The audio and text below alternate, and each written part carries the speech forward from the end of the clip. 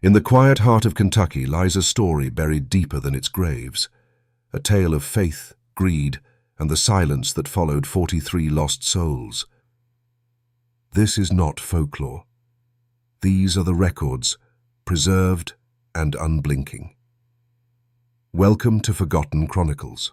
In the early decades of the 19th century, before Kentucky was fully tethered to the expanding rail lines of the East, the interior valleys lay suspended between wilderness and civilization. The Milbrook region, a narrow basin pressed between two modest ridges of the Appalachians, remained one of those transitional spaces, not quite frontier, not yet settled. The roads were few, often little more than ruts widened by mule carts and weather. Travelers rode between Virginia, Tennessee, and the western markets of Louisville, carrying supplies, fabrics, and rumor. They stopped wherever shelter was offered, and they paid in coin, labor, or goods. In this way, the economy of the region functioned less by commerce and more by trust. Records from county archives describe Milbrook in 1831 as a modest but promising settlement of approximately 23 households, a sawmill, and 2 taverns. There was a blacksmith named Tully Wren, whose ledger lists over 50 transactions of shoeing and repair in a single winter. There was a church that served both as place of worship and town hall, and near the creek, a parcel of land newly acquired by a family from Pennsylvania, the Cunninghams. The family consisted of 4 sisters, Margaret, Ellen, Rose, and the youngest, Clara. Their father, Daniel Cunningham, a stonemason by trade, is believed to have died of fever during the move south. His widow and daughters completed the journey, arriving with what one contemporary called the civility of the North and the manners of town. The Cunninghams purchased the land at a low rate, citing plans to build an inn for travelers crossing toward Knoxville. By 1835, Milbrook Inn stood complete, a 2-story structure of hewn pine and whitewashed stone.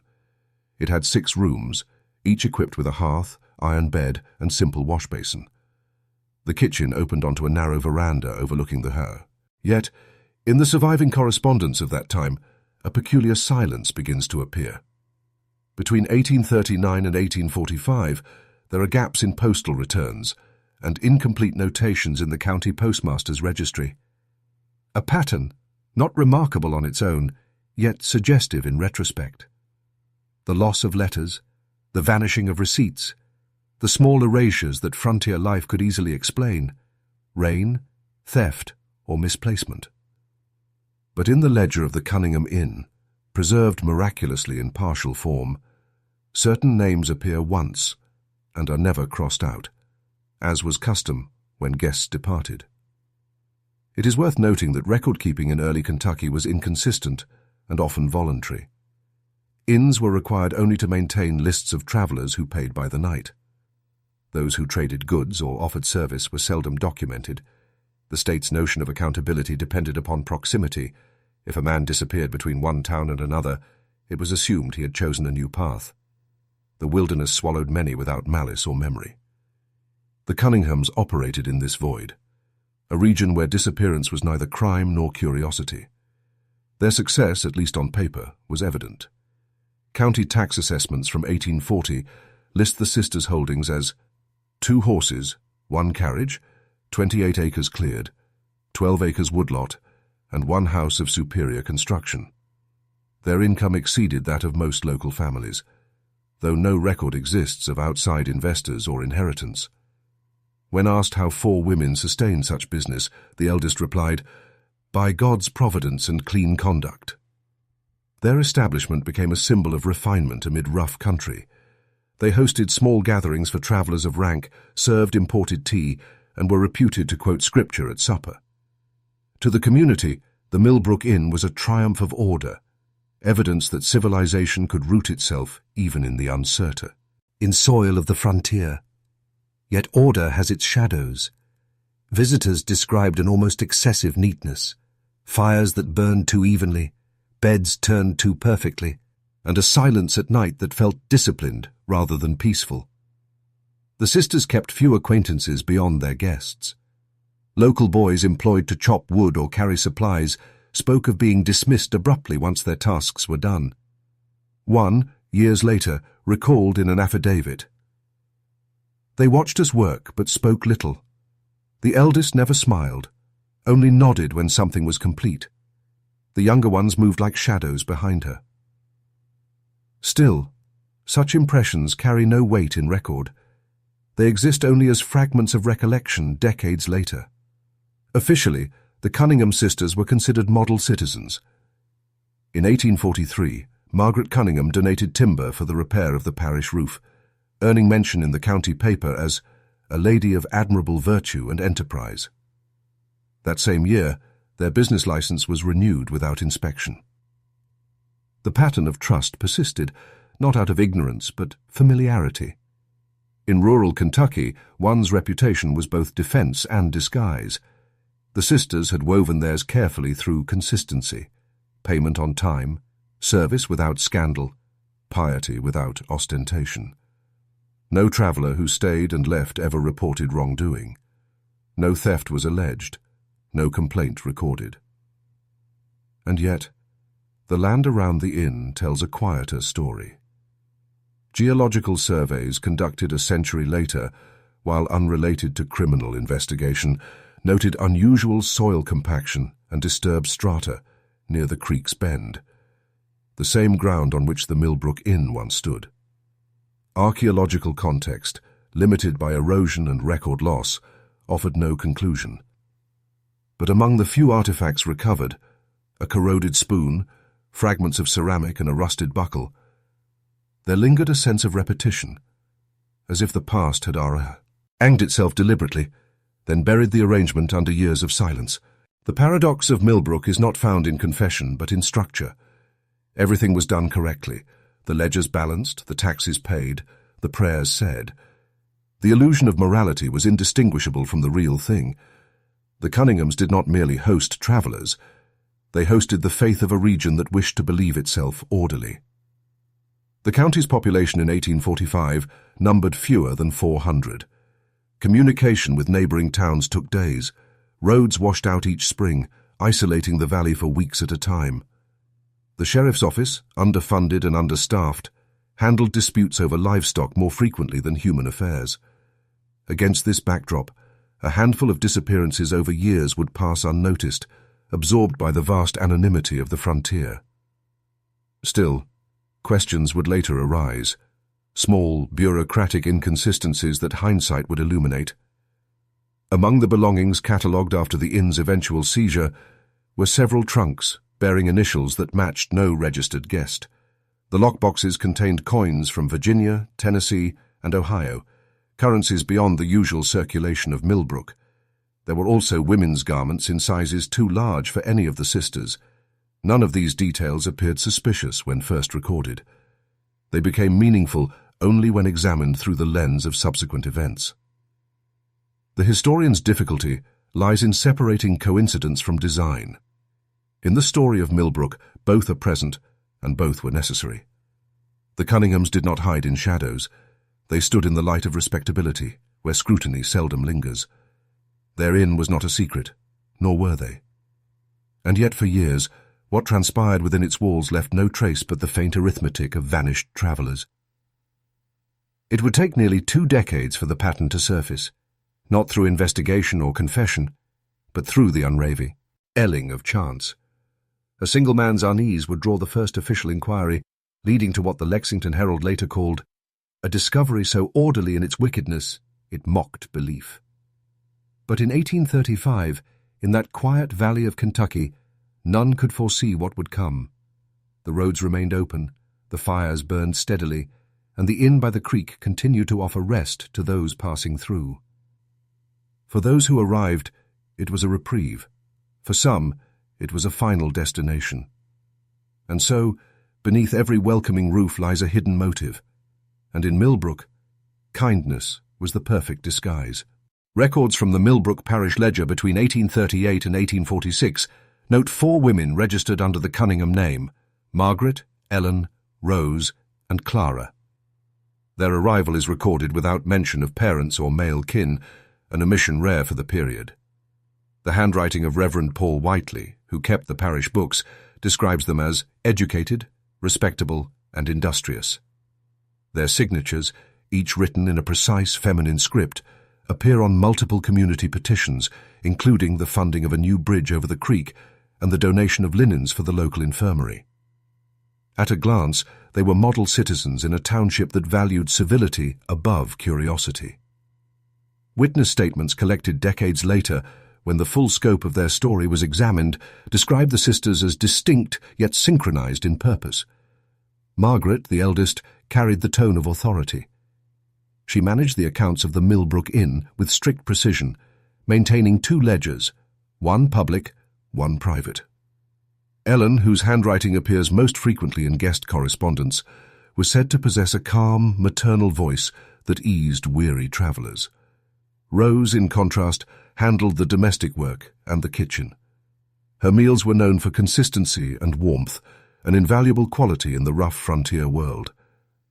Clara, the youngest, tended to the stables and gardens. Her youth, often emphasized by witnesses, made her the most approachable, the one who fetched water and delivered folded sheets with unguarded innocence. The inn itself, established in 1839, became an institution along the frontier road. It stood near the crossing where traders from Tennessee moved toward the Ohio River. Each week brought merchants, soldiers, and migrant workers seeking rest before continuing toward the mines or mills. The Milbrook Inn offered not just food and shelter, but civility. Guests were met with quiet smiles, clean rooms, and scripture verses handwritten above their doors. Those details, small acts of gentility, distinguished the Cunninghams from the rough taverns that dotted the countryside.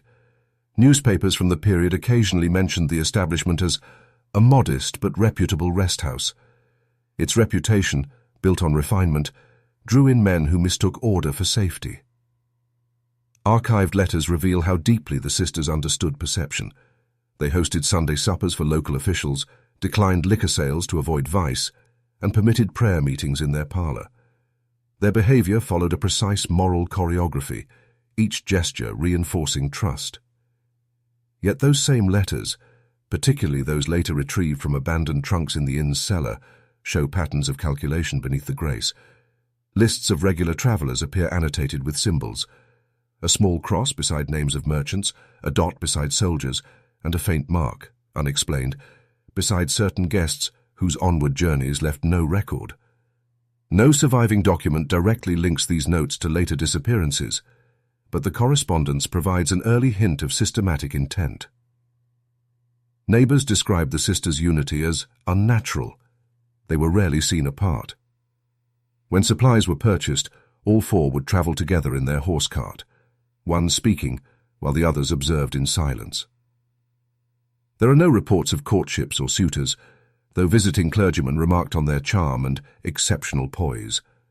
To outsiders, they represented the promise of cultured womanhood in an unrefined territory. Inside the town, however, quiet unease gathered. The blacksmith's wife, Martha Broom, recorded in her diary that no laughter is ever heard from the inn, though its rooms are full. She added, "Their kindness is uniform, practiced, never spontaneous."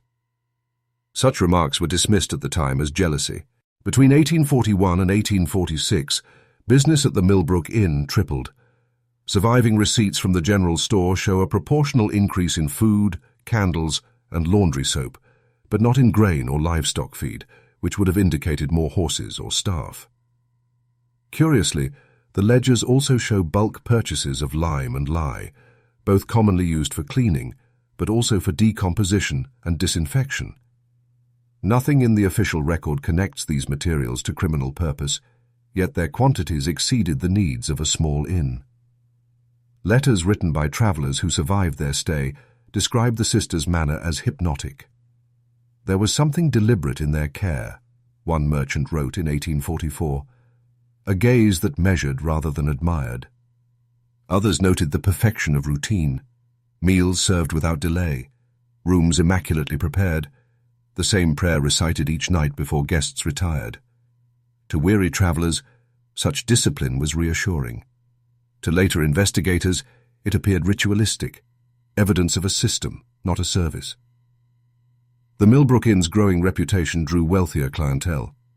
Soldiers returning from Tennessee, drifters following trade routes, and merchants carrying small fortunes in coin or goods began stopping there more frequently. Each was recorded with courtesy in the guest book. Not all were recorded in the town census after their stay. The 1852 inquiry, long after the sisters' disappearance, listed 43 missing persons whose last known lodging was the inn. At the time, however, record-keeping was inconsistent. Men went missing every season on the frontier roads. Robberies, accidents, and illness provided endless explanations. In Milbrook, hospitality provided another. Those who lived near the inn recalled subtle changes as the sisters' prosperity increased. They stopped attending Sunday Mass. Their curtains remained drawn in daylight. Travellers began to report an odd smell near the creek. Earthy, chemical, not decay but concealment, as one account later phrased it. Yet no search was conducted, and no accusation was made.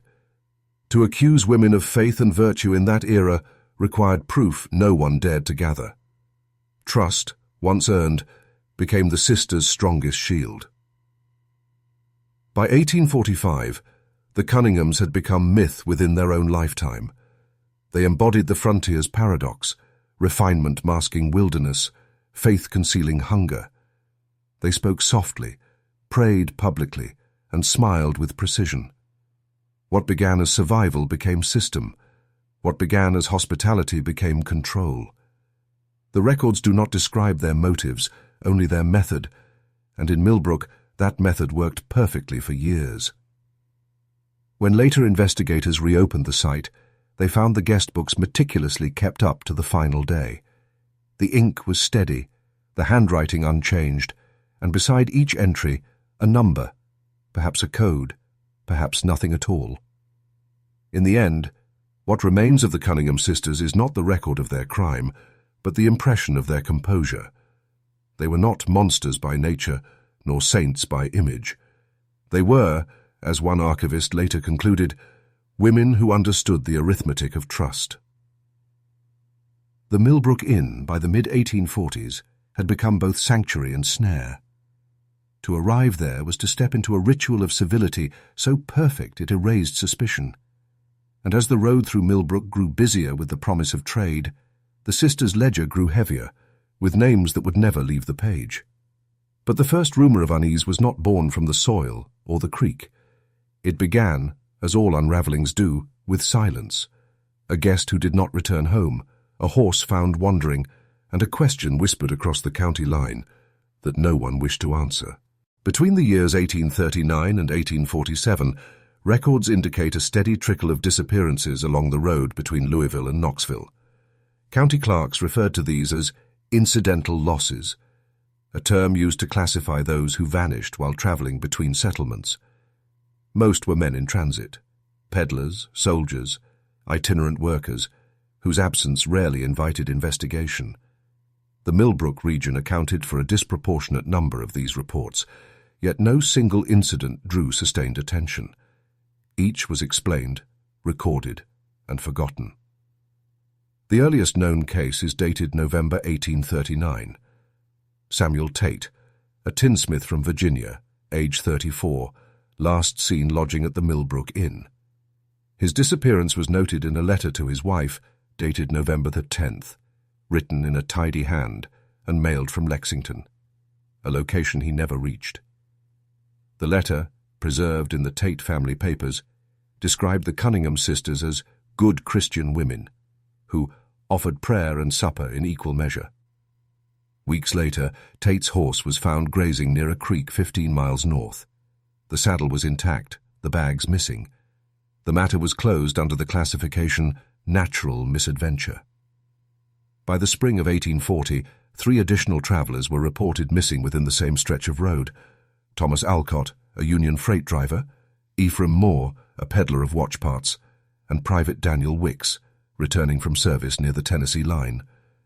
Each had lodged at the Milbrook Inn, according to local witness statements and account books. None were ever seen again. Surviving correspondence shows letters sent in their names, some to employers, others to family, explaining that work or illness had delayed their travel. These letters were later determined to have been written on stationery sold exclusively at the Milbrook General Store, 3 miles from the Cunningham property. The Archive of T. The Louisville Courier, March 1841 edition, carries a small notice. Several travelers reported delayed or missing on the Kentucky Turnpike. Local inns and stage depots are urged to maintain guest records and forward any intelligence of foul play. Sheriff McLean assures travelers the roads remain secure. The notice drew no replies. To the law, the frontier's silence was proof of safety. Guest ledgers recovered after the inn's closure record 74 unique names between 1839 and 1847. Of these, 31 appear in no subsequent census, property registry, or death certificate. An estimated 12 are presumed to have died of exposure or banditry. The remainder are categorized as unverified transients. The handwriting that records them, always Margaret Cunningham's, is unwavering. Each name is followed by a date of arrival, a charge, and a neat initialed mark in the margin. No entry lists a date of departure.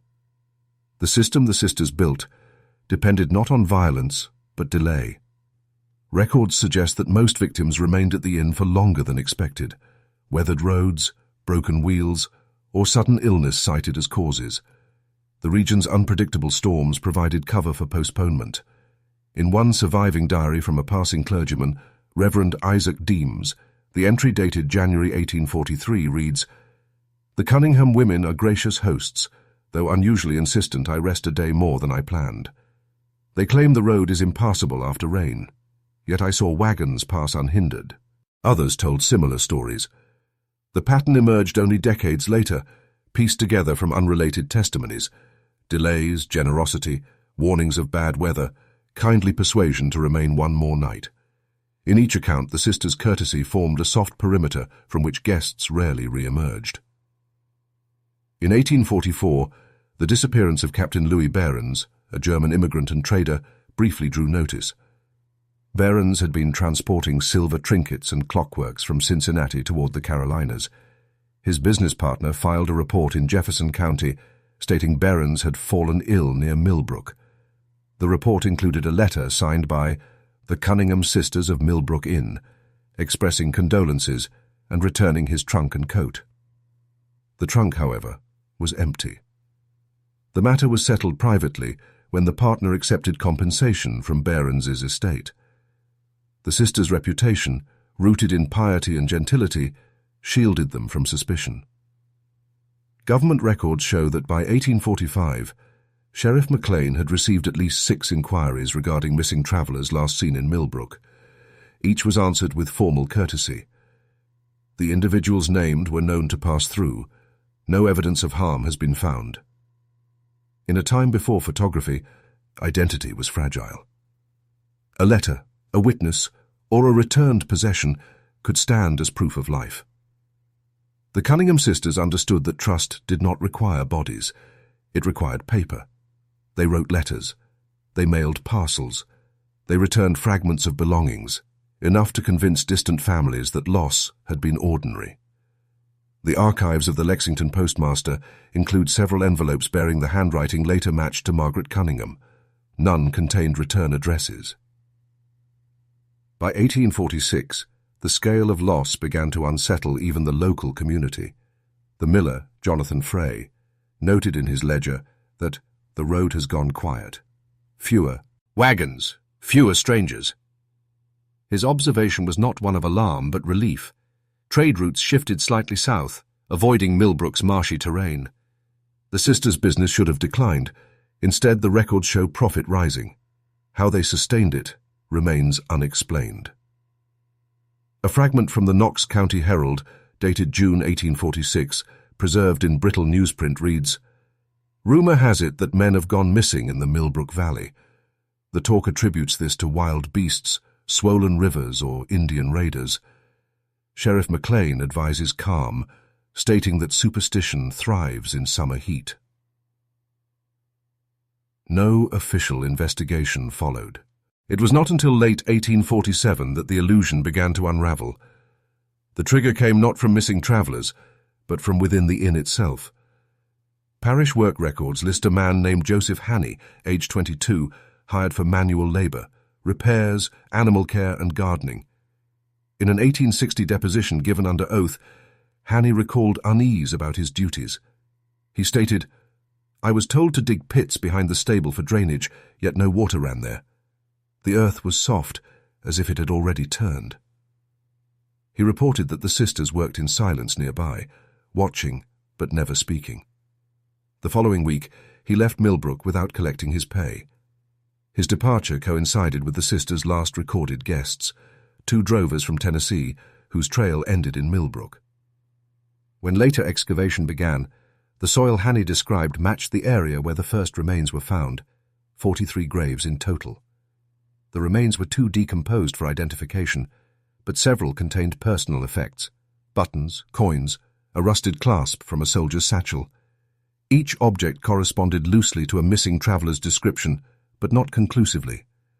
Official reports filed after the discovery in 1852 used restrained language. The cause of death undetermined. The circumstances are consistent with misadventure or deliberate act. The phrase deliberate act marked the first acknowledgement that pattern had replaced coincidence. The most chilling aspect of the Cunningham affair is the absence of confession or motive. No surviving letter explains why.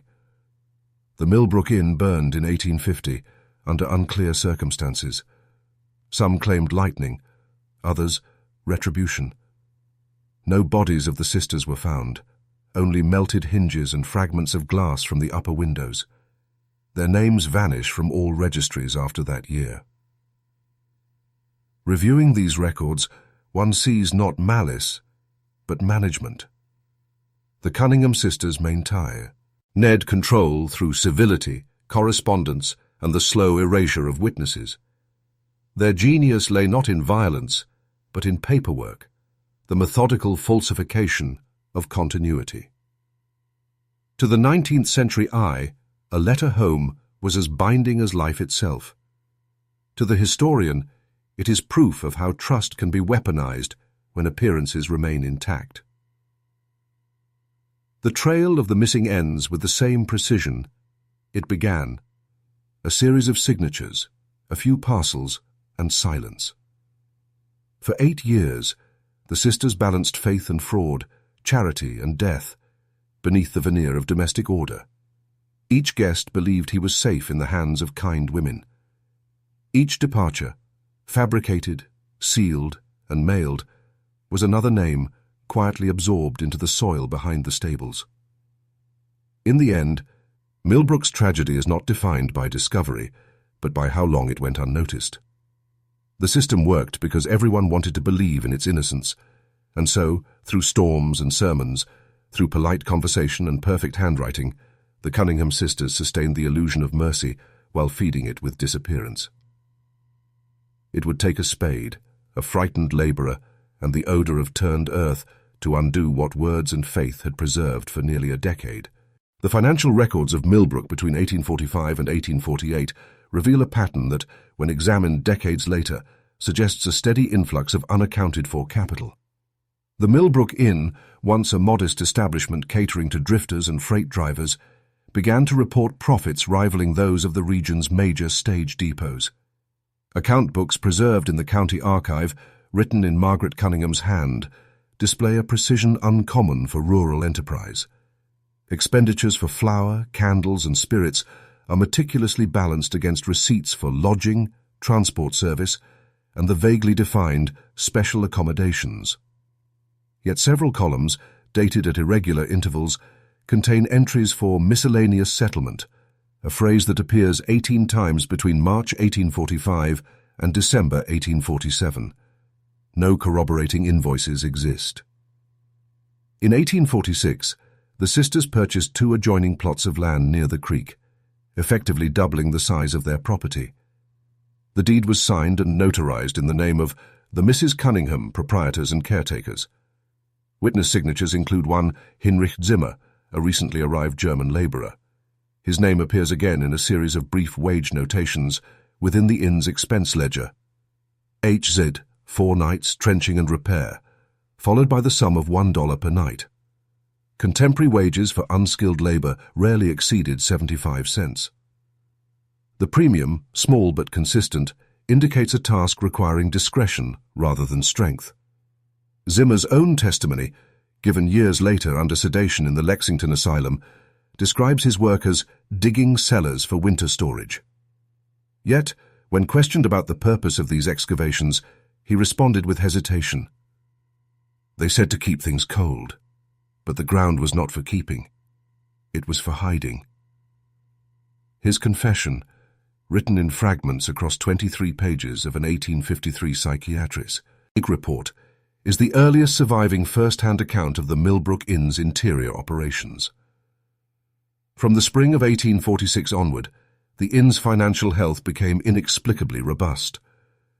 Between April and August, the sisters purchased new furniture, replaced the roof with imported slate, and expanded the kitchen with brick masonry. A ledger entry labelled "Acquisition of Goods from Deceased Estate" records the purchase of 6 wagons worth of fine linens, silver cutlery, and clocks. No corresponding estate sale is listed in county records. Likewise, the postmaster's delivery journal notes that parcels of personal effects were dispatched from Milbrook to destinations across 3 states, New York, Virginia, and Missouri, none addressed to the Cunninghams themselves.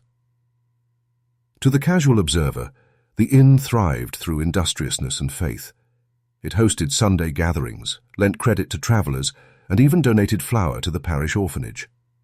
The ledgers corroborate these gestures: consistent tithes to the local church, regular purchases from nearby mills, and a running account with the Louisville distillery. Yet interspersed among these are entries that imply external income sources. One page, dated May 2, 1847, lists proceeds from remainder, £400. The following page, written in the same ink, begins abruptly. Payment to Zimmer for deep trenching near Lower Fence. No record exists of what the remainder referred to. At the time, £410 represented nearly half a year's revenue for a frontier inn. Investigators later suggested this sum matched the average takings of a merchant caravan. The implication was noted, but never proven. Zimmer's presence at the inn coincided with a subtle change in the sisters' routines. Testimony from local suppliers recalls that deliveries began arriving after dusk, rather than during market hours. The blacksmith's apprentice, one Elias Wren, remembered fetching a replacement hinge for the stable doors one evening and hearing muffled sounds beneath the floorboards. A thudding, rhythmic, like shovels hitting clay. When questioned decades later, Wren insisted he had thought nothing of it. They said they were reinforcing the foundation. Everyone was building cellars back then. The records of the sheriff's office contain scattered complaints during this same period. One from a drover claiming a missing wagon axle, another from a merchant alleging that 2 crates of textiles disappeared after he stayed overnight at Milbrook. Both matters were resolved with reimbursement from the sisters, whose receipts bear Margaret's crisp signature and the words, "For inconvenience caused, paid in full." The sheriff's note in the margin reads simply, "Matter settled. Zimmer's wages increased modestly through 1847. The notation, HZ, 3 nights rest, $1.50, suggests he was being compensated for silence rather than labor. His later deposition confirms as much. They told me not to ask. I thought it was whiskey buried or church tithe money to be kept safe. The line between suspicion and knowledge blurred with every coin placed in his hand." Medical accounts from the same period reveal that Zimmer began purchasing laudanum, an opiate tincture, from the local apothecary. The pharmacist's log lists his visits with mechanical regularity, each time requesting a dram for sleeplessness. The dosage recorded indicates dependence rather than prescription. Witnesses later described him as nervous, unshaven, his speech wandering. It was during these months that whispers began to spree, and among merchants, of missing horses, delayed travellers, and an innkeeper's servant seen pacing the road at night, muttering in German. The merchant ledgers from Louisville show a decline in Milbrook trade after autumn of that year. Fewer wagons listed the inn as a rest stop. The sisters unbothered, diversified, loaning small sums to nearby farmers, acquiring a grain storehouse, and even investing in a tannery partnership on the outskirts of the county. Each transaction bore their seal, and each was funded by cash on hand. No loans, no credit. The question of source remained politely unasked. Zimmer's final recorded entry in the inn's ledger appears in November 1847, payment to HZ for repairs and drainage. Shortly thereafter, a notation in the sheriff's correspondence log reads, "Report received of a horse returned without rider near Milbrook. No cause found. Area searched. Case closed." In Zimmer's later account, written from confinement, he claimed that on that night, one of the sisters, he could not recall which, summoned him to the stables. He was instructed to extend the trench by 4 feet and to cover what lay beneath with lime. He wrote, "I smelled not earth but iron. I worked until dawn. They paid me in silver." The accuracy of this recollection remains uncertain, distorted by addiction and time. Yet, the correlation between his description and the later excavation site is precise. By the close of 1847, the inn's income plateaued. Margaret Cunningham's handwriting grows more angular, her bookkeeping less methodical. Receipts for imported liquor and fine cloth cease, replaced by expenditures labelled simply as supplies. Historians interpret this shift as the beginning of internal collapse, the quiet disintegration of a system that had depended on secrecy, obedience, and composure. Still, no formal suspicion attached to the family. The ledgers remained impeccable, the accounts balanced. Sheriff Brennan, newly appointed after McLean's retirement, reviewed the inn's records in response to the missing horse complaint. His summary, found in the county docket, states, "Business appears legitimate. The sisters maintain sound accounts and charitable reputation." It was the servant, not the system, that first betrayed the calm. In December, Zimmer was found wandering the town square, shouting in broken English about earth that bleeds. The local pastor noted the incident in his diary. H. Zimmer, formerly of Milbrook Inn, appeared deranged, smelling of spirits, claimed to have buried men for money, sent to the asylum at Lexington for treatment. From that point onward, the sisters' ledgers fall silent. The final page, dated January 1848, bears a single line in faded ink. All debts are settled. To the historian, the numbers and phrases read as evidence of commerce. To the investigator, they mark a rhythm. Each payment, each land deed, each unexplained surplus, a step in a pattern that masked something unspoken beneath arithmetic. In the margins of a surviving bank record, an auditor scrawled years later, "If this is fraud, it is immaculate." Behind the columns and balances, beneath the steady hands that wrote them, something systematic persisted. Precise, profitable, and buried under the respectability of ledgers. The illusion, for a time, was perfect. But in the sound of a foreign man's trembling confession, the first fracture appeared. And through that fracture, the quiet arithmetic of Milbrook would soon unravel into evidence. Compiled from the 1847 county records of Fayette and Bourbon and cross-referenced with the incomplete journals of Sheriff Thomas Brennan. Between March and October of 1846, the ledger entries of the Milbrook Inn showed an unusual consistency. No vacancies for 8 consecutive months, though multiple letters and receipts confirmed frequent turnover of guests. The records bore the same steady handwriting, precise, confident, and always signed A. Cunningham. Sheriff Thomas Brennan, recently reassigned from Lexington after his service in the 7th Infantry, began to notice the discrepancies not through confession or rumor, but through arithmetic.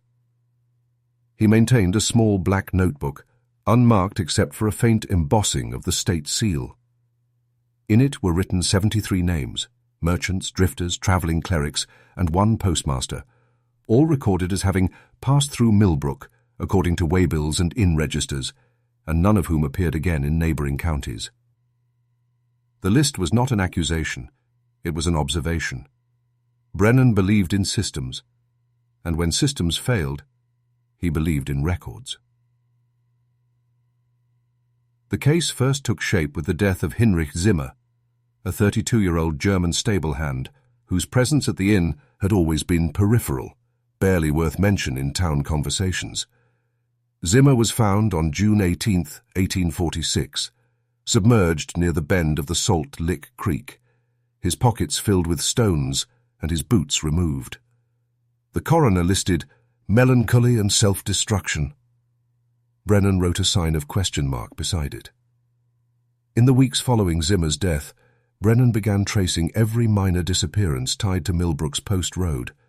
He marked them on a crude map, a looping route of commerce between Lexington and Winchester, with the inn precisely in its center, like a hinge. The entries became more organized as his suspicion grew. June 21st. Dr. Eli Crawford, traveling apothecary, last known to have lodged at Milbrook for treatment of a fever. Horse later found tied to a post near Hazel Ridge. July 3rd. Robert Mayhew, grain merchant, last correspondence to his wife, dated Milbrook, Tuesday night. Letter found unopened in Lexington mailroom, postage missing. August 11th. An unidentified peddler, wagon burned by roadside. Fragments of personal effects recovered by boys hunting near creek. By mid-autumn, the sheriff's notes carried a rhythm that resembled casework more than suspicion. He visited the inn under pretense of checking road conditions after the floods.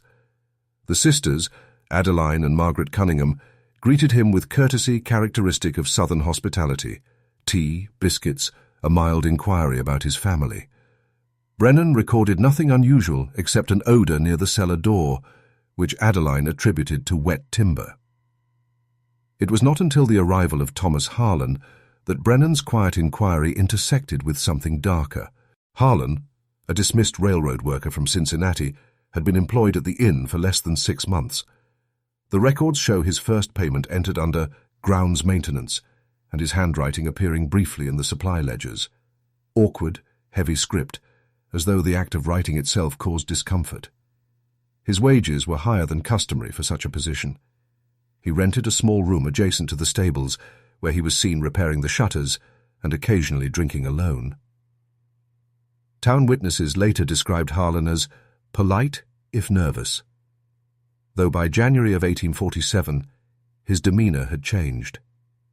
He avoided conversation, often muttering to himself about the noise beneath and the brick vault. The inn's guests noted his pallor and tremors. One traveling salesman claimed Harlan refused to enter the cellar after dusk, citing a heat that came from the ground.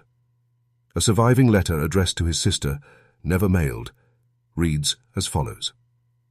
Milbrook, February the 9th, 1847. Dear Annie, I think the work here is wrong. The women say it's for drainage, but the walls are dry, and yet they keep building down. There's a copper smell, not from the pipes, I think, but from something buried deep. I can't say this aloud. If anything happens to me, look near the well. Don't believe what they tell you. T.H. The letter was later discovered folded within an account book retrieved from the sheriff's personal effects. Medical reports from the period describe Harlan's subsequent decline as a progressive nervous disturbance.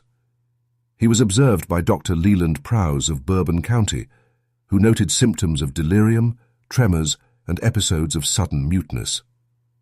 The attending physician attributed this to prolonged exposure to fumes or damp.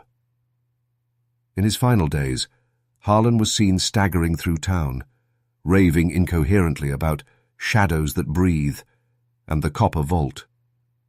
He was found dead. 2 nights later, March 2nd, 1847, near the Mill Road, his throat bruised as though from self-inflicted pressure. The coroner again listed suicide.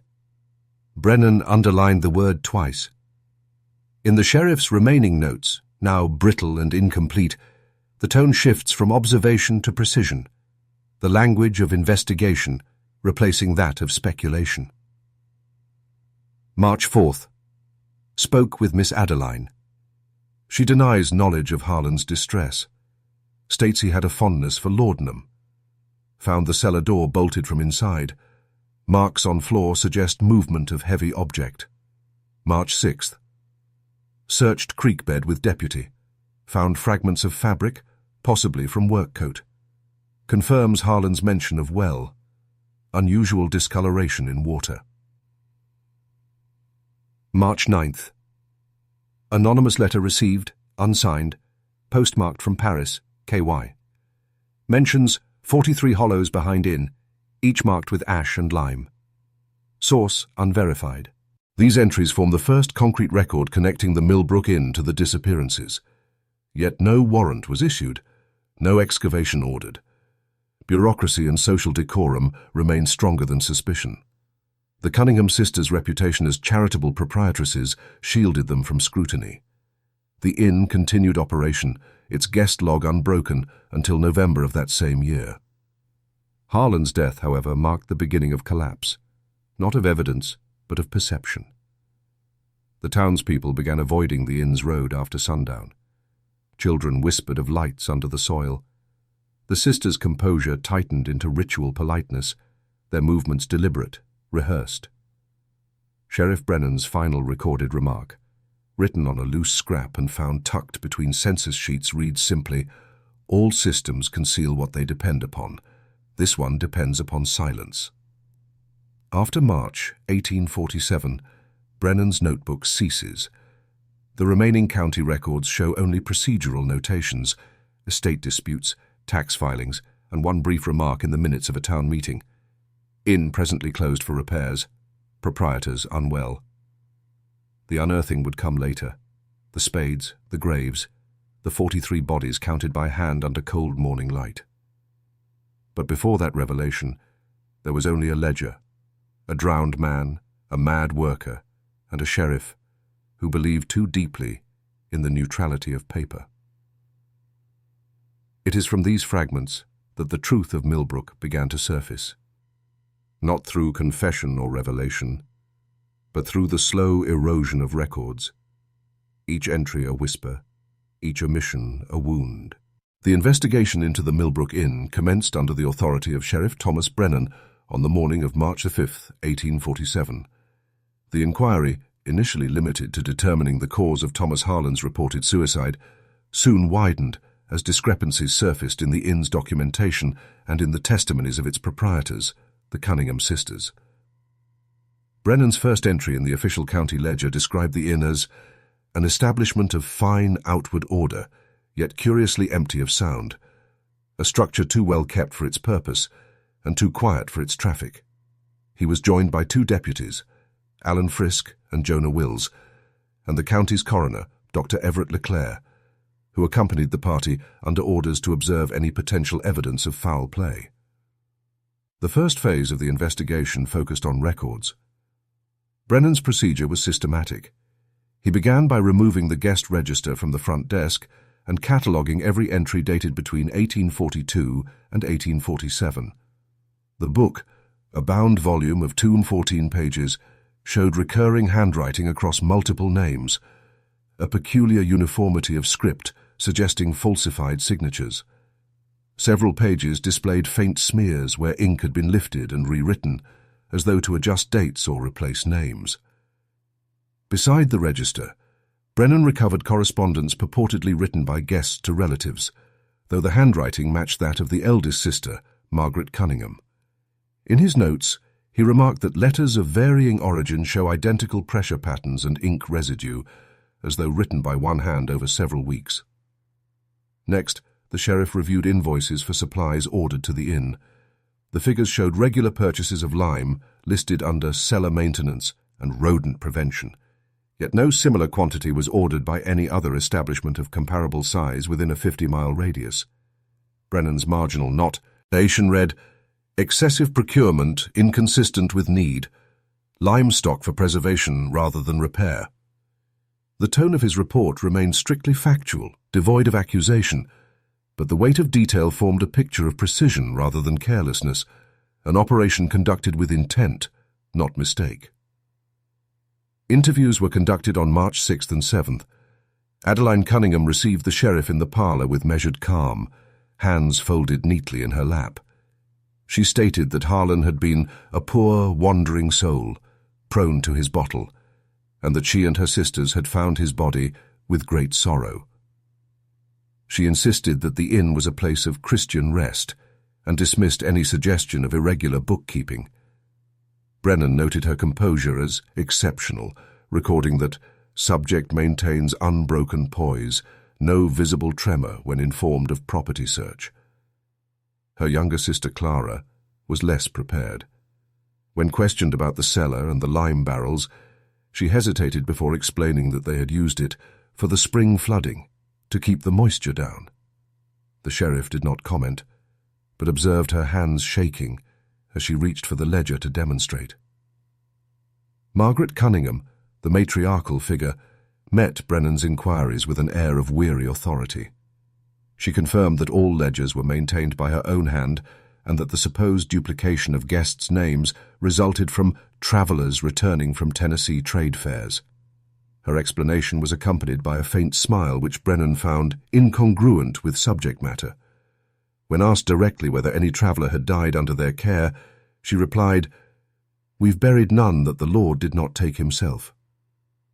The phrasing, though ambiguous, was recorded verbatim in the sheriff's report. On March 8th, the first physical inspection began. Deputies Frisk and Wills examined the barn area, noting disturbed soil near the rear foundation. The marks appeared recent. The topsoil turned, the layering uneven, and a faint odor of rot rising with the morning damp. Within the first hour, Frisk uncovered fragments of boot leather, coarse wool fabric, and the corroded buckle of a belt. These were catalogued as items of indeterminate origin. Under the sheriff's direction, the deputies proceeded toward the stable's drainage trench. The wooden planks sounded hollow when struck.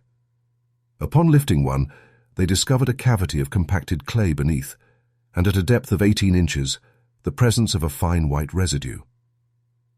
Brennan's description in the log read, "Substance consistent with lime dust. Concentration suggests heavy and repeated application." The coroner's examination of the residue confirmed Brennan's suspicion. It contained calcium hydroxide in quantities sufficient to arrest decomposition. At this stage, no bodies were yet uncovered, but the chemical evidence justified a deeper excavation. Brennan, however, proceeded methodically, unwilling to declare wrongdoing without corroboration. He shifted focus to the main house, beginning in the kitchen, where uneven flagstones drew his attention. Removing 2 stones revealed compacted soil emitting a sweet, metallic odor. The sheriff refrained from comment in his official narrative, but his private memorandum, later recovered from his estate, included the single line, "The house breathes death through its floor." The excavation continued into the pantry and cellar. At a depth of 2 feet, Deputy Wills uncovered the first remains: partial bones, a ribcage collapsed inward, fragments of cloth embedded in lime. Brennan halted the dig to summon the coroner, who confirmed human origin. The bones were transferred to the County Office for analysis, recorded as Exhibit 1. Within 24 hours, further remains emerged: femurs, jawbones, and a skull with a clean circular puncture near the temple. The discovery was logged with numerical precision, but no emotional commentary. Brennan's only remark was procedural. Excavation extended to adjacent chamber. Soil density indicates multiple interments. Between March the 10th and March 20th, the excavation expanded across the inn's rear grounds and into 2 adjoining storage pits. Deputies documented each finding with sequential numbering, assigning initials where possible. By March 17th, 13 individual remains had been catalogued. The pattern was uniform.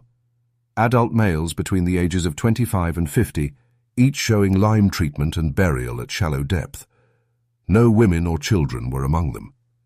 Adjacent to the barn, the team discovered a length of rope and the handle of a rusted spade engraved faintly with the letters HZ. Brennan noted that the implement may have belonged to deceased worker Hinrich Zimmer. Throughout the investigation, the sisters maintained public composure. They continued serving tea to officers, spoke politely to onlookers, and opened the inn for inspection without resistance. Brennan's official remark read, "Subjects show no outward indication of distress or protest, despite extensive disturbance of property."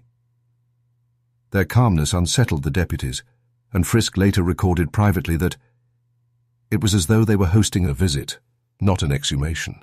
The guestbook inconsistencies continued to mount.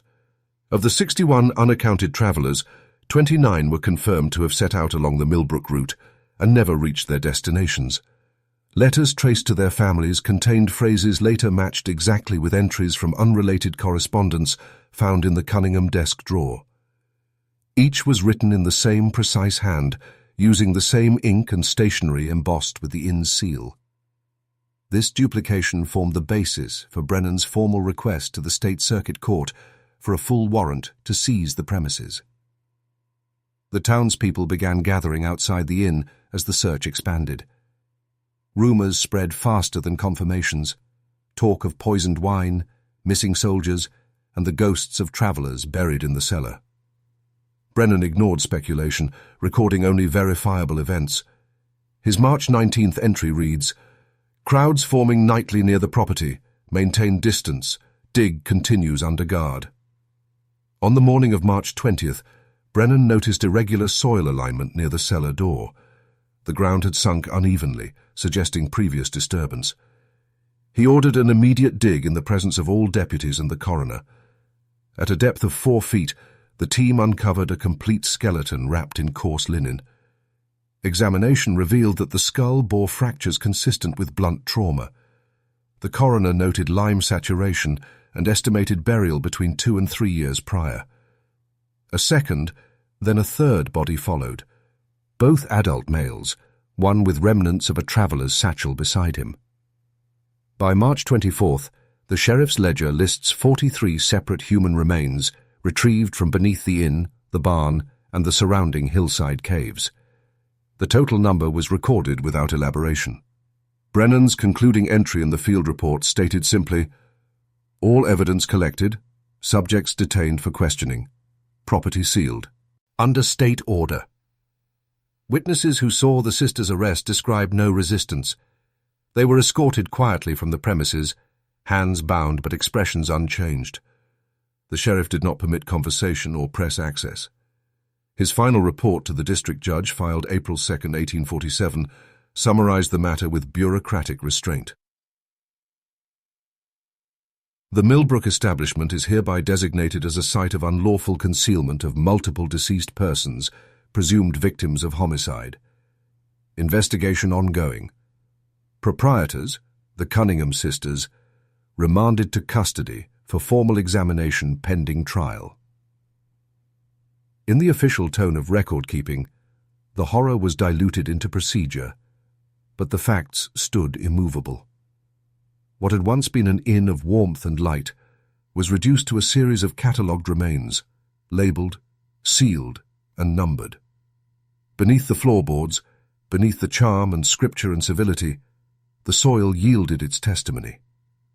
And with it came the quiet end of Milbrook's illusion. The sheriff's last line in the case file was characteristically spare, full excavation authorized. The proceedings began on a Monday in March of 1847, under an overcast sky that pressed low upon the courthouse roof. Attendance exceeded capacity before the noon bell. They came not for justice, but for spectacle. Men and women from across 3 counties, merchants and farmers, preachers and their wives, all pressing into the gallery to glimpse the infamous Cunningham Sisters. The defendants sat together, pale and composed, in identical dark dresses. No one could tell which was Margaret and which was Eliza until they spoke. Margaret with her measured diction and faint drawl, Eliza with a rasping calmness that unsettled even the magistrate. Their eyes followed the testimonies with the patience of auditors reviewing ledgers. They neither protested nor pleaded. The indictment listed 12 counts of murder, though the prosecution alluded to more than 30 unexplained disappearances. Each charge was accompanied by material evidence, trinkets, buttons and jewellery retrieved from the burnt remains of the Milbrook cellar. Witnesses testified to letters written by travellers, later found in the sisters' possession, with forged signatures and altered destinations. The local apothecary confirmed repeated purchases of laudanum and arsenic, recorded in his account book over a span of 11 years. Dr. Nathaniel Crowthorne, an early practitioner of what he termed forensic physiology, was summoned to the stand. He presented the contents of several glass jars, soil samples collected from the Milbrook grounds, dark and fine-grained. "Residue detected," he stated, holding one to the light. "Traces of arsenic compound throughout the upper horizon, not isolated. It suggests repeated deposition, consistent with poisoning and burial." The audience, untrained but fascinated, leaned closer, as if understanding could be acquired by proximity. Next came testimony from a former stableboat. Henry Cale, who spoke of unusual labour in the night hours. He described seeing Margaret with a lantern, directing men to dig near the orchard, though no one was ever permitted to approach. "They said it was drainage work," he told the court, "but the soil always came up darker, wetter, like from deep down."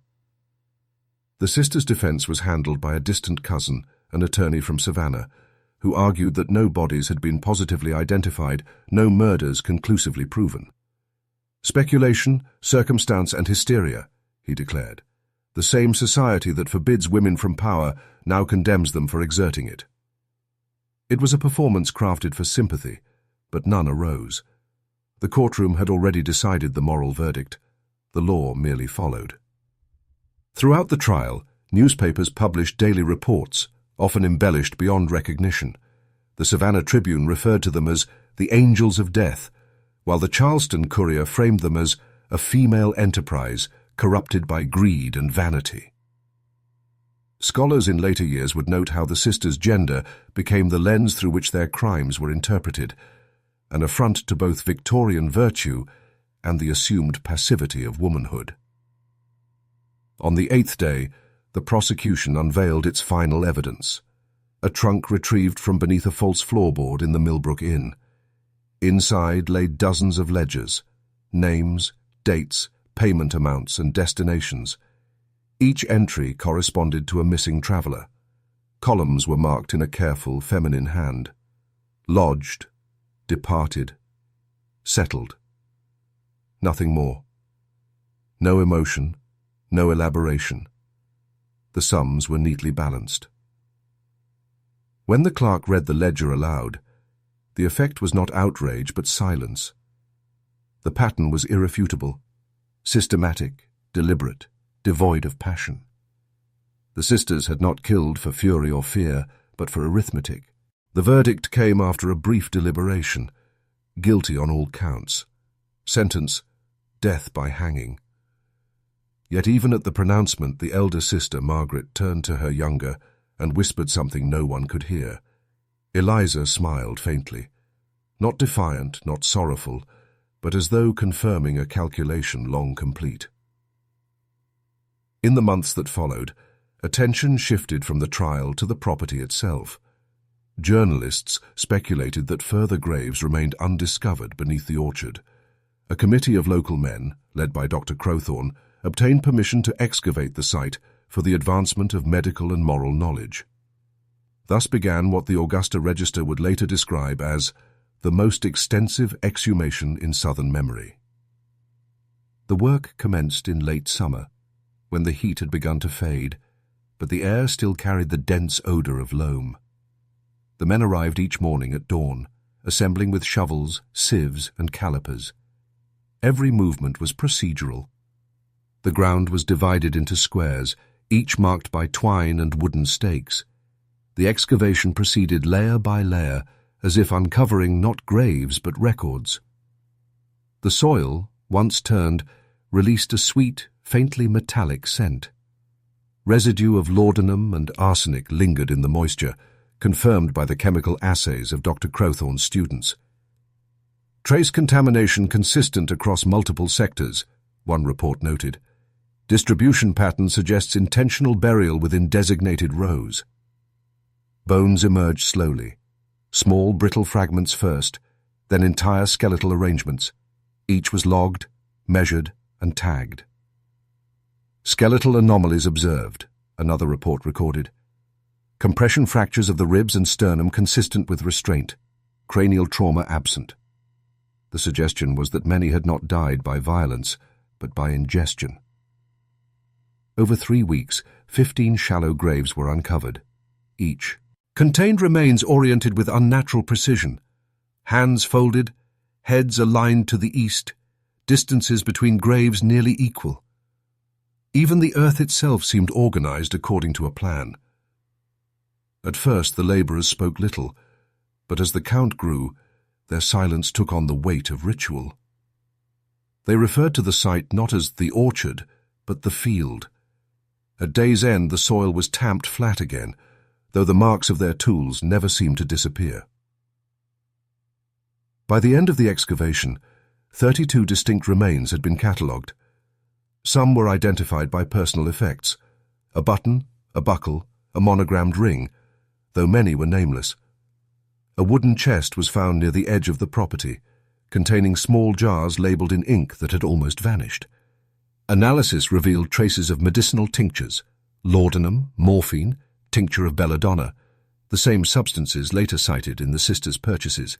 Dr. Crowthorne's final report, submitted to the court archives, concluded, "The Milbrook property exhibits systematic deposition of human remains consistent with repeated and deliberate concealment. Soil analysis confirms chemical evidence of poisoning agents. Arrangement of interment suggests organizational intent, rather than panic or concealment after spontaneous violence. The pattern aligns with business activity." This phrasing, business activity, would echo through subsequent years. For many, it reduced the horror to procedure, stripping it of emotion until only mechanism remained. But perhaps that was the truest reflection of the sisters' enterprise, the conversion of murder into ledger entries, death into arithmetic, soil into balance sheet. By the winter of 1848, the property was sold, the inn dismantled for lumber. Yet, even decades later, those who ploughed the fields claimed the ground smelled faintly of iron when it rained. The orchard never grew again. And so, when historians of the next century revisited the case, they found that what lingered was not fear, but fascination. Not outrage, but a kind of analytical awe. The Cunningham Sisters had created something beyond evil, a structure, a process, an institution of death conducted with the efficiency of commerce. If their trial revealed their guilt, the excavation revealed their order. It was the earth itself, stratified, measured, methodical, that told their truest story. And beyond all the headlines, one question remained unanswered. How had they hidden their crimes for over a decade? And who else had helped them keep the books? The trial of the Cunningham Sisters began in the spring of 1847 at the Fayette County Courthouse and immediately drew an audience unprecedented in the region. People arrived from neighboring states, filling taverns and boarding houses just to catch a glimpse of the women who had turned an inn into a tomb. Contemporary newspapers called it the trial of the century and described the atmosphere as part sermon, part spectacle. 4 women, Margaret, Eliza, Mary, and Ruth Cunningham, were led into the courtroom under heavy guard. They appeared calm, composed, and modestly dressed in black mourning garments, their hands bound, but their expressions strangely untroubled. Witnesses reported that Margaret, the eldest, maintained a faint smile, even as the charges of murder, fraud, and conspiracy were read aloud. The indictment listed 12 confirmed killings, with the possibility of many more. Sheriff Thomas Brennan's reports were read first, establishing the link between the inn's guest ledgers, the forged correspondence, and the remains found beneath the kitchen floor. The prosecution presented the case not as an act of madness, but as a method, a system rooted in deception, faith, and calculated intent. Each piece of evidence was introduced like a ledger entry: bottles labelled laudanum and arsenic, letters written in the hands of dead men, and receipts from merchants whose goods were later found in the sisters' possession. The courtroom's silence deepened as the details accumulated, transforming curiosity into dread. Reverend Samuel Ellery of Milbrook Parish took the stand to describe the sisters' participation in the church. His testimony was delivered hesitantly, as though memory itself had turned traitor. He recalled Margaret's frequent attendance at evening hymns, her generous donations to the parish, and her habit of bringing travellers to Sunday services. Yet beneath her devotion there had been unsettling remarks. Her talk of cleansing the land, of purging the unrepentant. When asked to clarify, Ellery admitted that Margaret once said mercy was wasted on men who carried sin as easily as coin. The courtroom murmured until Judge Ashcroft called for silence. The prosecution's next witness, Dr. Nathaniel Crowthorne, presented the first scientific account of the killings. His report spoke in cold terms of residue and decomposition, of traces of arsenic trioxide and tincture of laudanum discovered in the soil. The skeletal remains, he noted, showed no signs of struggle, suggesting the victims had been sedated or poisoned. The method was quiet, clean, and repeated over time, evidence not of passion, but procedure. His findings lent the case a chilling precision, and as he concluded, it became clear that each death had been engineered to appear natural. Then came the servant's testimony. Clara Bell, 19 and trembling, described the rituals that preceded every meal at Milbrook Inn. She spoke of the sisters' whispered prayers and strange blessings, of Miss Eliza murmuring about cleansing while stirring the pot, and of travellers falling ill soon after supper. Clara's words, recorded in the court ledger, stated plainly that she had seen one man die, while the sisters simply watched. The defence protested her unreliability, citing youth and hysteria, but the damage was done. Her description matched the physical evidence perfectly. The defence attorney, Horace Winley of Savannah, attempted to redirect the narrative. His argument rested on the claim that the sisters were victims of superstition and misogyny. He described them as enterprising women whose success provoked jealousy among neighbouring merchants and clergy. "They are not murderers," he declared, "but women punished for ambition." He suggested the bodies unearthed on the property might belong to paupers from an old epidemic, buried before the sisters even purchased the land. His closing line, "Coincidence is not conspiracy," was quoted in nearly every paper the following morning.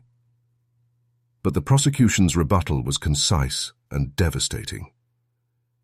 Henry D. Voss, the state's attorney, replied that coincidence did not write letters in dead men's hands, nor arrange graves in perfect rows, nor deposit poisons in labelled bottles beneath a cellar.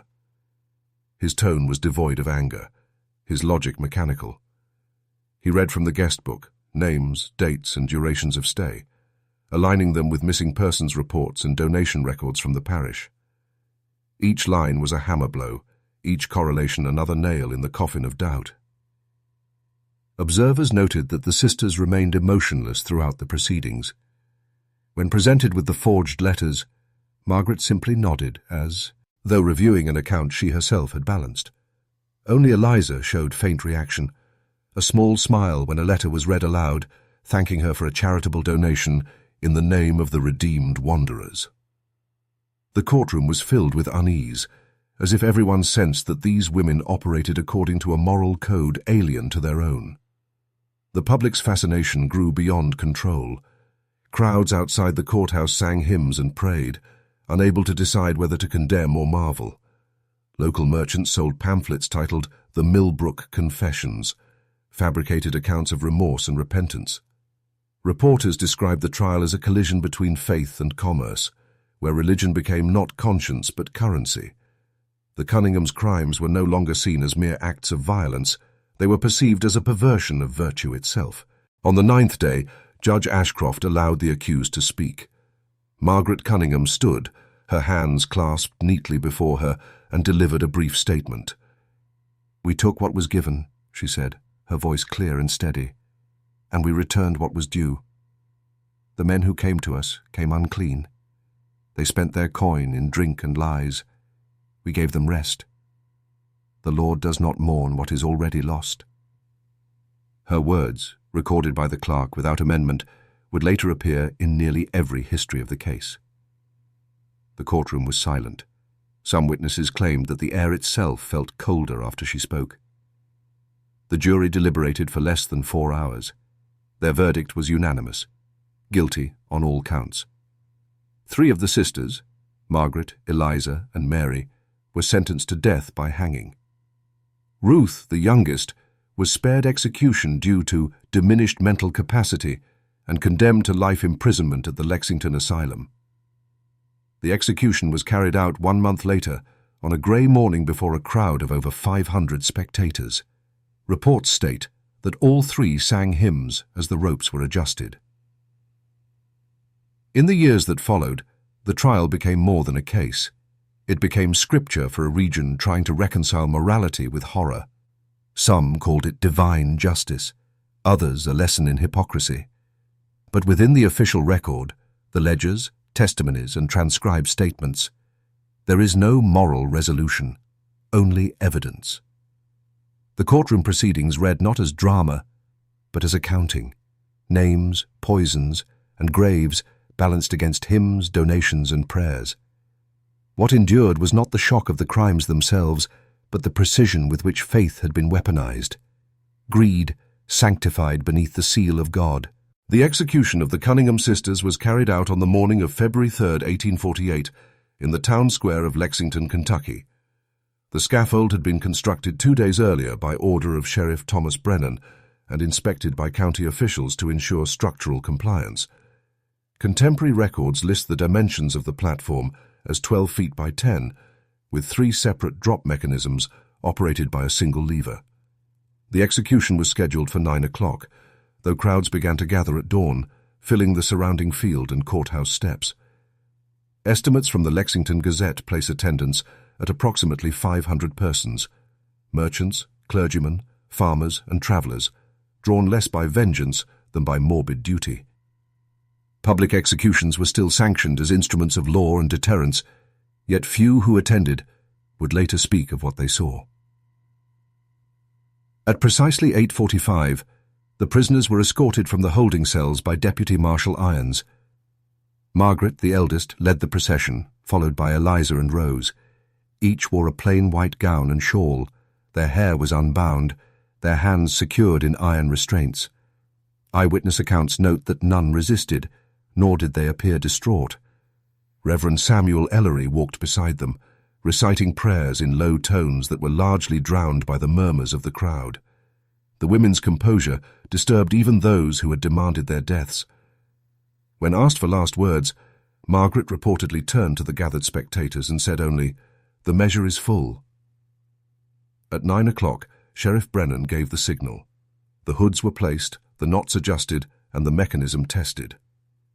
Witnesses from the county board signed a declaration certifying that all procedures conformed to legal protocol. A clock bell struck once, and the lever was pulled. Contemporary accounts describe no struggle, no resistance, only the sound of wood settling under weight. The official report filed later that day contains the line, "The execution was carried out without incident. Death was instantaneous." After 15 minutes, Dr. Nathaniel Crowthorne, serving as medical examiner, confirmed cessation of pulse and respiration in all 3 subjects. The bodies were left suspended for the legally required duration of 30 minutes before being lowered and placed in simple pine coffins. By order of the court, the remains were interred in the northern section of the county cemetery, marked only by numbered stones, 1848 Chapter 1, 1848-2, and 1848-3. No hymns were sung. No family claimed the bodies. The Reverend closed the service with a verse from Psalms, though few present could hear him over the sound of the winter wind. The sheriff's logbook records that by 11:30 the scaffold had been dismantled and stored in the courthouse yard. Witness fees were distributed the same afternoon. The event, though momentous in consequence, was treated in record as an administrative closure, a necessary punctuation to a case that had disturbed the moral order of the frontier. Clara Cunningham, the youngest of the 4, had been spared execution due to medical testimony, asserting a mind unfit for full moral comprehension. She was transferred on February 5, 1848, to the Women's Penitentiary in Frankfort, later reclassified as the Lexington Asylum for the Feeble-Minded. Records indicate she spent her years there in isolation, assigned to the chapel for cleaning and hymn transcription. Her behavior was described as quiet, compliant, and pious to the point of delusion.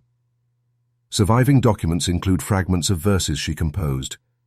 hymns blending confession and sanctity, often written in the same ledger hand once used for the inn's guest book. One surviving passage reads, "They came as strangers and his, left as forgiven. The Lord's house hath many doors, and some open downward." She died in 1872, aged 54, of pneumonia. Her death certificate lists her occupation as domestic labourer, and her burial site was left unmarked. It was only decades later that folklorists would associate her name with the songs that locals claimed to hear near the Milbrook ruins on quiet nights, faint, rhythmic, and indistinguishable from wind. The inn itself did not survive long after the trial. Within months it had been looted by curiosity seekers and burned by an unknown hand. Some said the sheriff ordered it done. Others blamed local farmers fearful that the ground was cursed. By 1850 only the stone foundations remained, half buried in silt and grass. County surveyors ceased marking the area on official maps, listing it instead as unoccupied tract, unsuitable for cultivation. Yet oral histories persisted. Generations of travellers reported strange disturbances along the road where Milbrook once stood, footprints appearing in thawing mud, the faint smell of lime after rain, and hymns carried on the wind. Children were warned never to stray near the creek after dark. The case had transformed from record to legend, from documentation to whisper. A century later, the story resurfaced not through folklore, but through scholarship. In 1971, historian Dr. Walter Greer of the University of Kentucky undertook an archival study of frontier crime. Among his sources were the Fayette County ledgers, containing the original inquest records of Sheriff Brennan. The documents had survived only because they were misfiled under property seizures rather than homicide. Greer's research reconstructed the timeline of arrests, executions, and subsequent folklore. His findings, published in the American Historical Review under the title The Milbrook Inquiry, Faith, Commerce, and Female Violence in Antebellum Kentucky, reignited academic interest in the case. Greer's study, emphasized a recurring theme: the precision of the sisters' operations, their use of piety as instrument, and the societal blindness that enabled their longevity. He noted that the victims were transient men, merchants, veterans, peddlers, whose disappearances attracted little attention because mobility itself was considered risk. The system of record-keeping, he wrote, protected the predator by mistrusting the wanderer. His conclusion was not moral, but procedural. The Milbrook murders revealed the fragility of early bureaucratic order, where every form was correct and every absence excused. In 1984, a team of forensic anthropologists, led by Dr. Laura Klein, conducted an excavation of the presumed inn site. Using ground-penetrating radar and soil sampling, they confirmed the presence of multiple lime deposits and disturbed earth consistent with early 19th century burial practices. However, radiocarbon analysis of the remains revealed inconsistencies. Several skeletons dated not to the 1840s, but the 1820s, decades before the Cunninghams' arrival. Others appeared too recent, possibly from Civil War skirmishes. This raised an unsettling question. Had Milbrook's soil been a graveyard long before the sisters arrived, or had later violence been drawn to its memory? Klein's report was cautious. Her final note read, "It is impossible to distinguish between legend and sediment. The ground contains both." The findings reignited local superstition. Residents of modern-day Rockcastle County revived the old stories of the 43rd grave, a number derived from Brennan's final excavation report, which listed 42 recovered bodies and one unaccounted for. Each retelling shifted the details. Some claimed the 43rd belonged to a lawman who knew too much, others to a traveller who escaped and buried his testimony. The absence of proof ensured persistence. In 1996, the Kentucky Historical Society installed a plaque near the former site of Milbrook Inn. It read, in restrained language, "Here stood the Milbrook House, established circa 1833, operated by the Cunningham family, site of notable criminal investigation, 1847. records preserved in Fayette County Archive. No mention was made of murder or trial. To the unknowing traveler, it was a curiosity. To locals, a warning left deliberately incomplete. By the early 21st century, most surviving documentation of the case had been digitized, yet the digital archive carries its own silences, missing scans, mislabeled files, incomplete transcripts. The historian's work remains suspended between evidence and absence. Each recovered document clarifies the facts while deepening the unease. What remains undeniable is the pattern, the alignment of faith, economy, and violence within a single domestic enterprise. The modern visitor to Milbrook's Valley would find little to suggest its past. Only a clearing, a few foundation stones, and the quiet flow of the creek. Yet even now, locals avoid building there. Hunters report echoes that distort across the water. Travelers swear they hear music with no source. Whether these accounts are superstition or the persistence of trauma, no one can determine. The final entry in the Fayette County file, written in 1849 by an anonymous clerk, reads simply, "Property cleared. Matter concluded." It was a bureaucratic ending, not a moral one. But as every historian since has noted, the land itself does not conform to closure. The soil continues to yield fragments, glass, metal, and once a single button marked MC. Its origin unverified, its meaning uncertain. And so the chronicle ends as it began, in silence and record. The file remains open only in theory. The land remembers in silence. The Milbrook site stands today as a patch of uneven land along an unused stretch of county road, fenced, overgrown, and largely forgotten, except by those who make a business of remembering. The inn itself is gone, its stones repurposed into barns and foundations across Fayette County, but the ground beneath still resists cultivation. Grass grows in uneven patches. Rainwater collects in shallow depressions where the old cellar once lay. The county register lists the property as non-arable, though no soil study has ever fully explained why.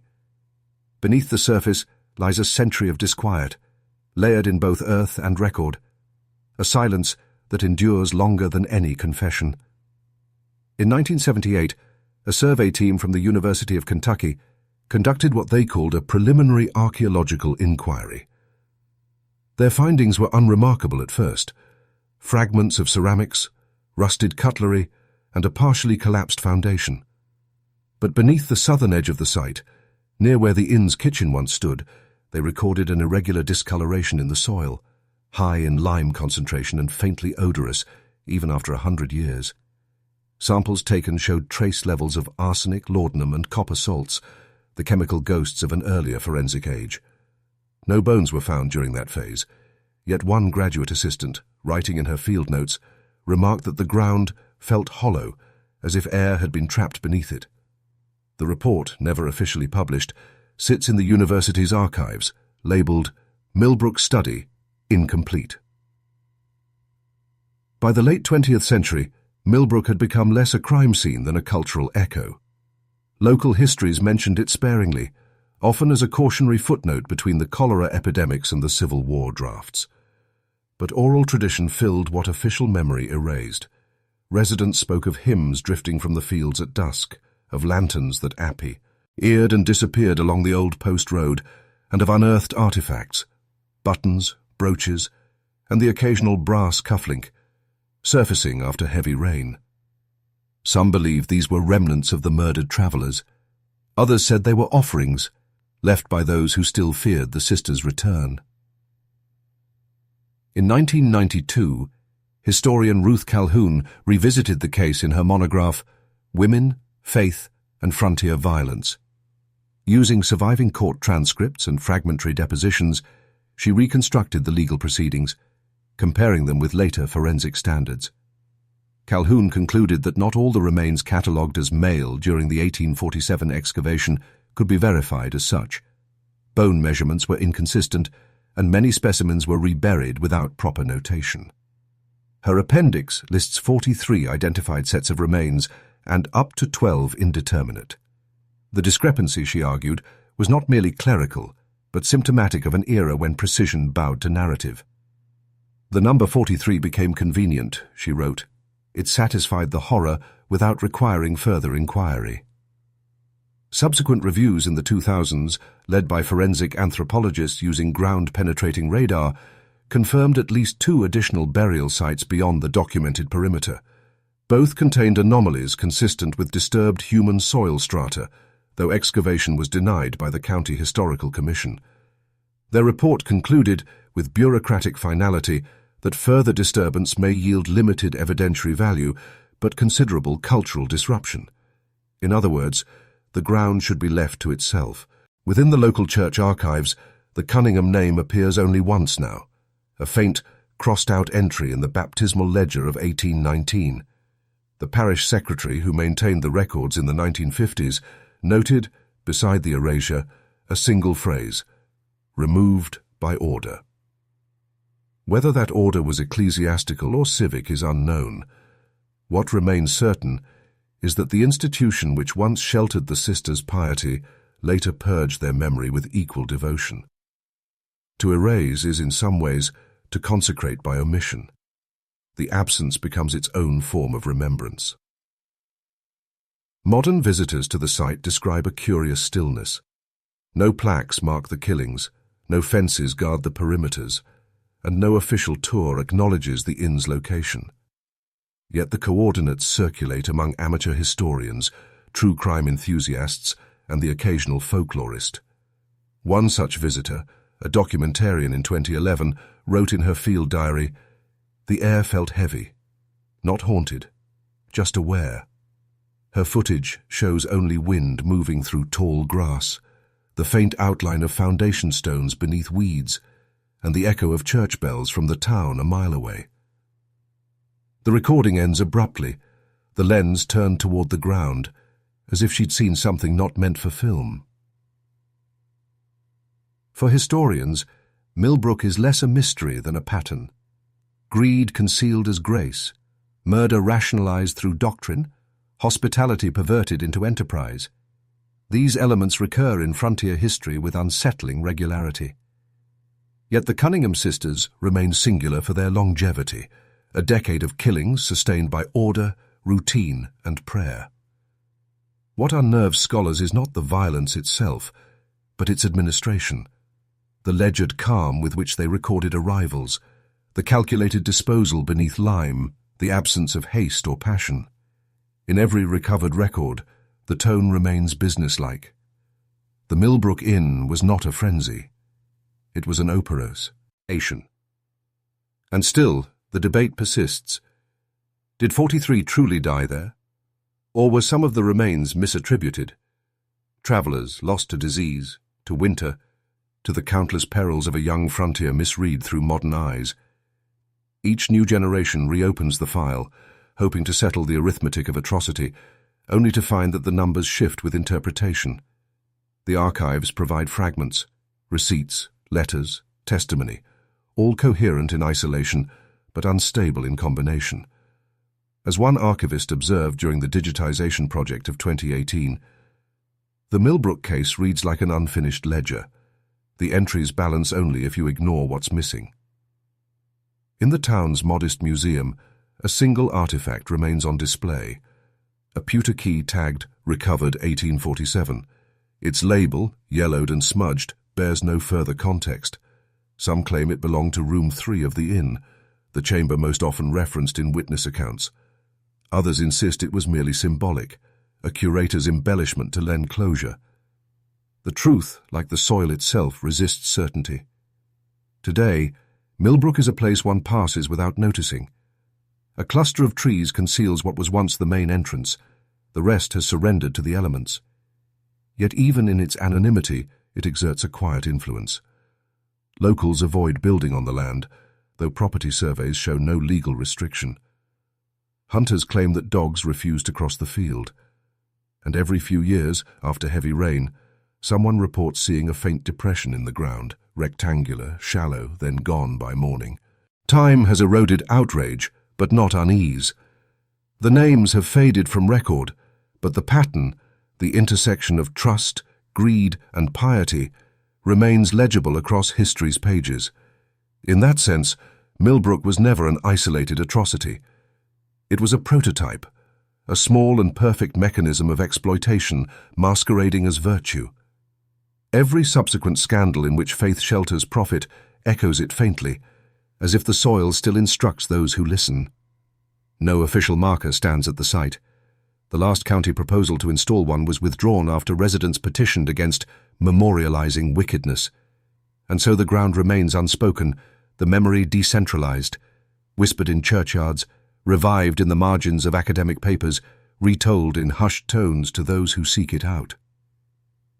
The archive concludes not with a resolution, but with a line added in 1979 by an anonymous clerk who catalogued the case for microfilm. File remains open. No further action. Beneath the typewritten entry, faintly penciled, are 4 additional words. The land remembers still.